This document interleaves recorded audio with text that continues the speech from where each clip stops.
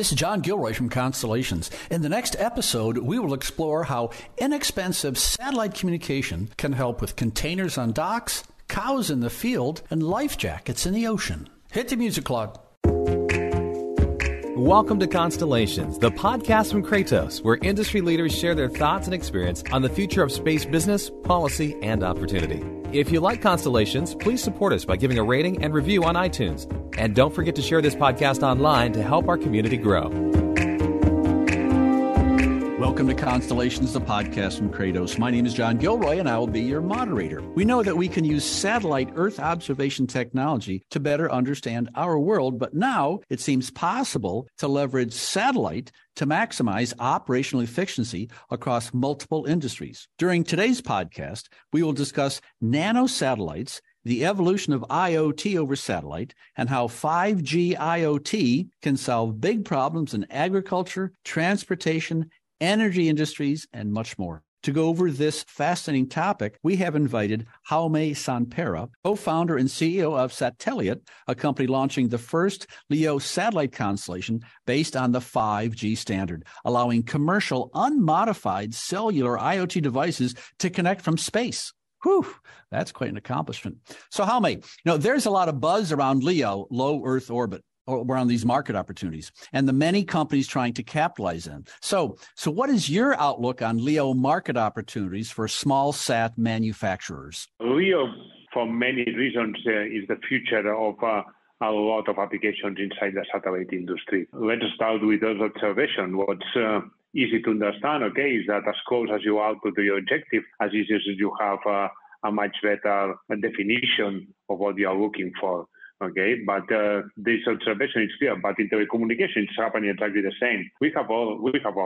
Most of us, we have been connected once to internet by satellite, and the latency, it kills completely the experience of a high-speed navigation. Then the LEO solve exactly that. It's not the same. When you work with an internet by satellite to a geo satellite, this means a minimum of 600 milliseconds, which at the end is 1 second of delay between you click and you have what you wanted. This is absolutely unavailable, unusable for gaming, for example, for voice transmission. It's annoying because it's hello, what are you doing? I'm doing well. There's a lot of delay between answering. And IoT is exactly the same. IoT, it's super beneficial to work with LEO because we are talking about small devices with very low power transmission, and to be at 500 kilometers instead of 30,000, it's a huge difference. Yeah.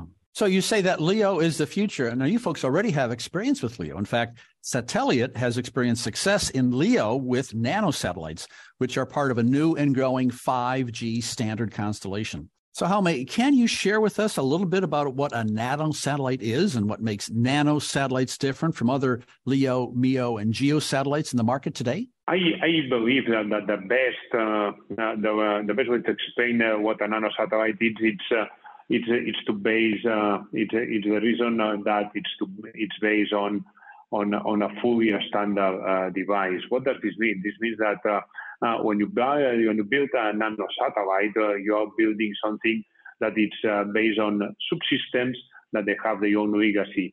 Legacy means that they have already thrived on space.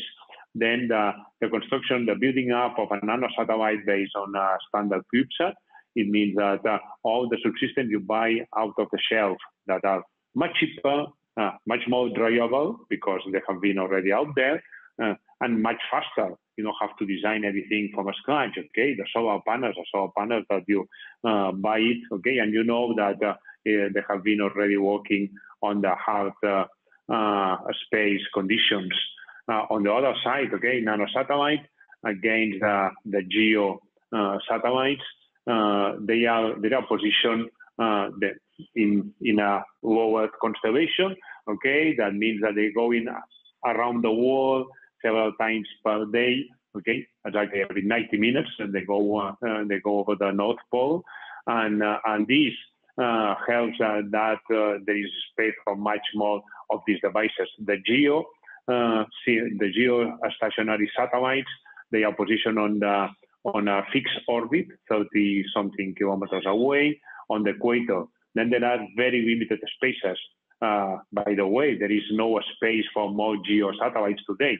Okay, they are all occupied by most by ex-public companies that today they are using the spaces of each of the countries. So the way I understand it, nanosatellites are smaller than the other satellites out there. So I would think that's less power. So what kind of a ground infrastructure is needed to support a nanolite constellation like that? Is it different? No, there is not much difference. The reason why, because they are much less power, that's clear, but they are much closer. Okay, it's that what's difficult, okay, is that the ground station has to compensate the Doppler effect, which is something that, as you know, it happens because the nanosatellites travel at an incredible speed compared to the Earth's rotation. We are talking about 20-something kilometers, 20,000 miles per hour. Okay, which is a huge speed. Okay, that the frequency shifts. And then this is something that it's not that difficult to compensate, but it's an additional difficulty. For the rest, the ground infrastructure, maybe one difference, it's that the nanosatellites, they go around the world, that they are not on the same place, and then you need much more ground infrastructure if you don't have inter-satellite link. Okay, this is the two main difference between the constellations, the huge constellation like the one Starlink, for example. The last generation of Starlink, they already have inter-satellite link. This means that the satellites, they connect each other. Then you may have much less ground stations. If you don't not have inter-satellite, you need a ground station in each place that you have a customer, which makes it super difficult. During the introduction, I think I mentioned narrowband IoT devices, and there may be listeners that know what they are. Some listeners don't know what they are. So can you give me some examples of standard narrowband IoT devices and how satellites can work together with them? Yes. Let's talk about IoT. In IoT, there are several protocols, that work with IoT, with Internet of Things. The most common use by telecom operators, it's NB-IoT. It's called 5G IoT. This is the standard that all the mobile operators are using in the world. Today, in the part of the world that is not covered by the mobile operators, which is 85%, if you want to connect something, you need to use a satellite device. These satellite devices are based on proprietary protocols. This means that an Iridium device is not to work with an Inmarsat device, that is not to work with an Intelsat or Viasat device. Okay, each one has their own device, and they do not have economies of scale because there are few devices of those. Okay, a few millions of devices are like these ones, and this results in a super expensive. Now you were talking about some $200, $300, $400, $500 each device. Okay, when we go inside the mobile world, a 5G IoT device, it costs you $5, $10, no more. Okay, which is because there are you have to think that we have around 5 to 10 million satellite devices in the world, and we have 5 billion 5G IoT devices in the world. Okay, then it's a relationship of 1,000 between one and the other.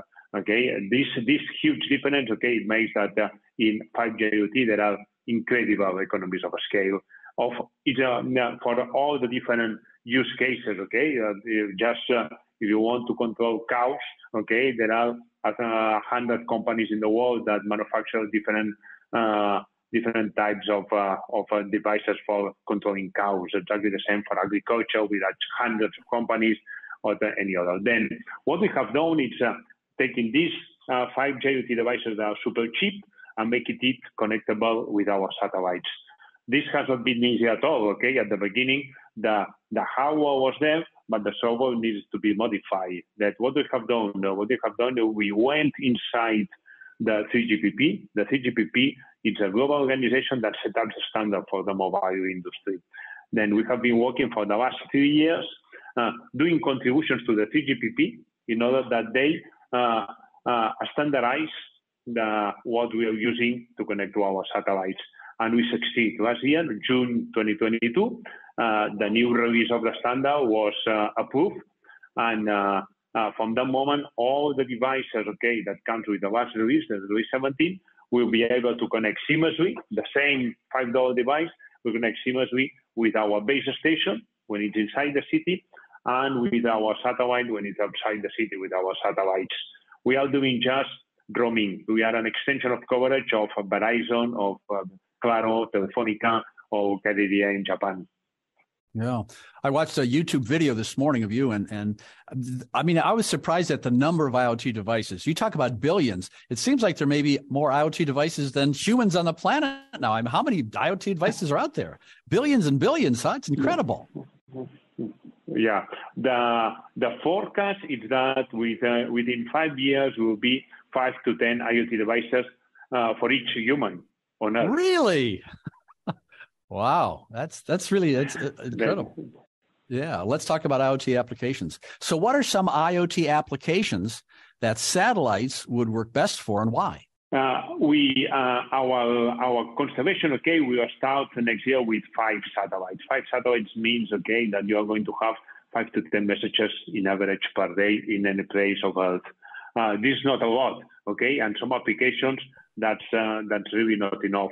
Then we are starting with applications like agriculture or cattle management or infrastructure. So, when we talk about infrastructure, we talk about not only oleoducts, gasoducts, but high power lines, railways. All these have to be controlled. That all this infrastructure that is getting older, we need really to monetize, and it's super expensive, and it's impossible to do it as it is today.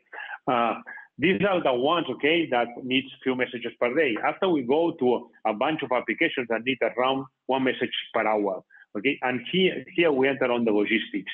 Logistics is amazing because there are millions and millions of containers and packets that go around the world, and they need to be controlled. First, the first ones that really needed is the ones that are refrigerated. We are talking about just one company have more than 500,000 containers refrigerated that brings food from one place to the other of the world, and needs to control the temperature, the humidity, and where it is. After, there is a lot of people that want to control the doors of the container, because not just people store things, but sometimes people introduce things in the containers that are not, that they happen to be there. Then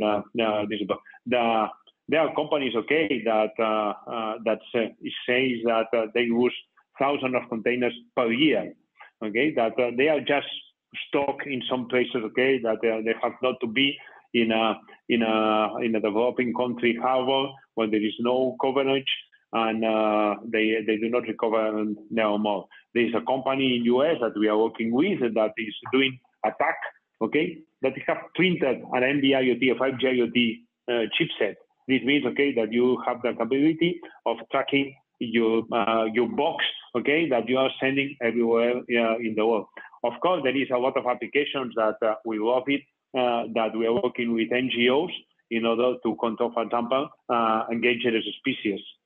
Today, we are working with World Fund or Wildfire Tracking Africa that allow that all these, the rhinos, in the world there are 20,000 white rhinos. Today, there are just few hundreds that are controlled. While offering them free of charge, because we have capacity there that is going to be non-used, the capability of controlling all these. We are working with South Amazonia in order to control the forestry fires and the cut of trees in the middle of nowhere. There is a lot of when they discover these people, because this is not us. This is the value-added resellers. These people that manufacture things that needs to be connected. When you tell them, you are going to have the capability for $5 to have a tracker or to have a sensor, then the imagination is infinitive. They just start thinking about $1. So last month, comes here a man who is manufacturing millions of light jackets. Do you imagine that most of people dies in the sea because they are not localized, because they are not geo-localized in time. They get freeze then people say, okay, for $5, I'm going to put one in each of the light jackets, and it will be this is something that I'm sure that with very few time it will be compulsory, because super expensive, okay, to look at the people, and there is a lot of life that they are lost because of that. And as we were talking before, okay, mountain biking. Sometimes I do mountain biking in the middle of nowhere, and if you got an accident, there is no way, okay, that you could ask for help with these small devices that are super cheap. Everybody will have one for sure. The Constellations Podcast was launched back in 2017. It was a small step for man, but a giant leap for podcasting. Today, thousands of people from all over the world listen to Constellations, and thanks to you, we've grown into more than just a podcast. Sign up for the Constellations newsletter to receive articles on current industry issues, podcast summaries, and contributed blog posts at constellationspodcast.com. Well, we talked about life jackets in the oceans. We talked about containers in the docks. Now we got to talk about cows in the field, or let's talk about agriculture here. Let's focus on it a little bit. So we are working on solutions to support very fast growing populations here in the United States, and connectivity can be part of that solution. So can you explain what precision agriculture is and how satellite technology enables precision agriculture to improve yields? Oh, yes. The interest part here is that we are not just imagining what is going to happen. We are just based on the pilots that they have already been developed. Because in some places of Europe, in some places of US, okay, there is already very good coverage of the mobile operators, and there is precision agriculture there. Then what we are talking is about extending this increase in yield, okay, to all the places. Then in agriculture, we are mainly talking about less water expenditure. We are talking about 40% less water that it needs to be used. We have to think that most of the countries, 50% of the water goes in agriculture. Then we are talking about huge savings in water. In the increase of yield, okay, we are talking about the detection of the illness of the plant, okay, the needs of having more or less water, more or less cares, okay. Then all this is detected at the same time. For example, in wineries, okay, they know exactly which one is the part of the winery that have to be done first, okay, second, third, etc. Then all this, it's amazing. In livestock, in livestock the pilot, okay, that those people have developed. It takes us to 20% less illness of cows, okay, 20% less death of cows for illness, which is an incredible jump on this aspect, okay, because most of the cows, they are in the middle of nowhere, they do not detect when a cow is ill. Then with this a small and cheap device that they just plug it in the air, okay, you detect everything. If the cow it eats, if that not eat, if it's pregnant, if it goes right or wrong, if it moves, it doesn't move, okay. All these they do virtual fence, okay. When a cow goes out of the virtual fence, they just get stopped by a small vibrator, and all this is working today. And what we are just allowing them is to extend this to the rest of the world. And in countries, that is amazing, because Brazil, which is one of the countries that we are working more, that have 25% of the GDP of Brazil, it's agriculture. And they have millions of cows in the middle of nowhere. Then for countries like this, it may have an impact on the GDP spectacular. Yeah. Well, if you grow something in the field, you got to get it to market, and that normally involves trucks and transportation. So you have applications in transportation as well. So can you share with us the differences between Sateliot's narrowband IoT with terrestrial options for asset tracking in this transportation industry? Basically, it's coverage. Okay. Today, the terrestrial options for asset tracking, it works in the middle of the city perfectly, and we do not want to substitute that, okay? It doesn't make any sense to put a base station in the middle of the desert. As well, it doesn't make any sense to do satellite connectivity in the middle of the city. Then we are just an extension of the coverage of the mobile operators. And we are doing it in a very efficient way, because at the end, what we have done, and this is something that is super innovative, we have connected our constellation to a 5G core. Now, a 5G core, as you know, it's what controls all the base station that has a mobile operator, and it's what allows us to do a single roaming agreement with the mobile operator that we are extending the coverage of the customer, which is perfect for them, because this means that we don't have to integrate with the system. They are just signing a roaming agreement with us, and exactly the same that we travel to Canada or to Mexico, and you automatically work with a Mexican or Canadian mobile operator. It will happen when you be in the middle of nowhere without coverage. We talked about life jackets and food increases and GDP. It sure seems like satellite IoT connectivity can positively impact humanity in many ways. So in addition to agriculture, transportation, energy industry can also benefit from this type of connectivity. So can you explain how and why satellite IoT can help in the area of energy? In the area of energy, there is one aspect that it's a revolutionization in the energy sector, which is called a smart grid. A smart grid is something that is happened for the last year. 20 years ago, there was 20 places where they generated the electricity, and where millions of places where they consume it. This was quite easy to control, because the generation of energy may be controlled for these 20 places, and the consumption was in the rest of the points. Today, with renewable energy, we have thousands of different places where they generate energy.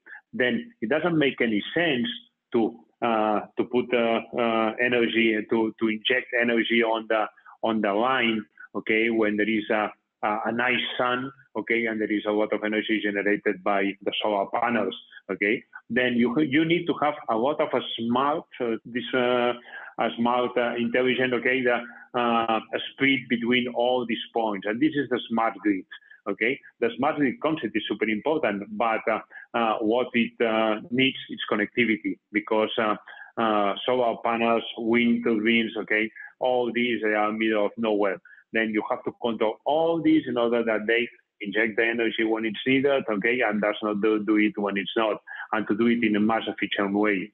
The measurements of people like Schneider Electric, it says that the full a smart grid functioning, it may reduce the use of energy by 15%, which is a lot of money and a lot of savings in this planet, that really needs the resources to get optimized.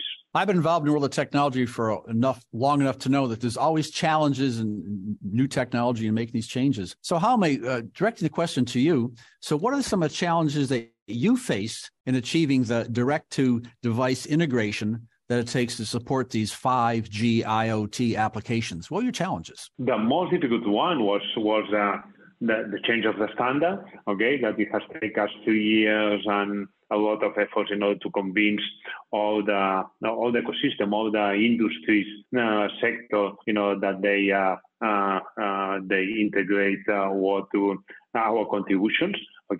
This was the number one. The number two is the one that we are facing now. Is the building up of the radios that are able to connect with these small devices, because it was fundamental. The devices had no hardware modification. This is the key point of all the go-to-market strategy. That they have to be super scalable.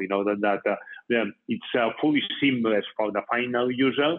Then this radio is a radio that it has taken us a lot of time and money to build it up, and it's the one that is going to be flying on this satellite that we are launching these days. I've interacted with humans over the years. I can tell you that humans in Spain, humans in the United States, humans in Brazil, no one likes change. We have to force it upon them. So if we talk about digital transformation here, this is a change. So this has to be some motivation here. So what I found is that oftentimes it comes down to cost for producers and providers in these industries as they analyze the adoption of this digital transformation.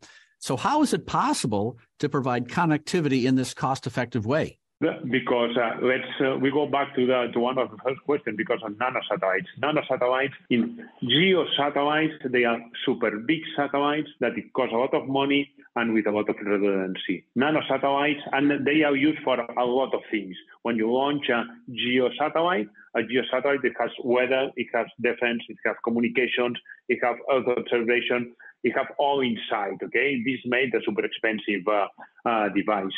Nanosatellites, they are specialized just in one service, okay? Our nanosatellites, it only does NB-IoT, nothing else, okay? They have no redundancy. Well, the redundancy is made launching more satellites.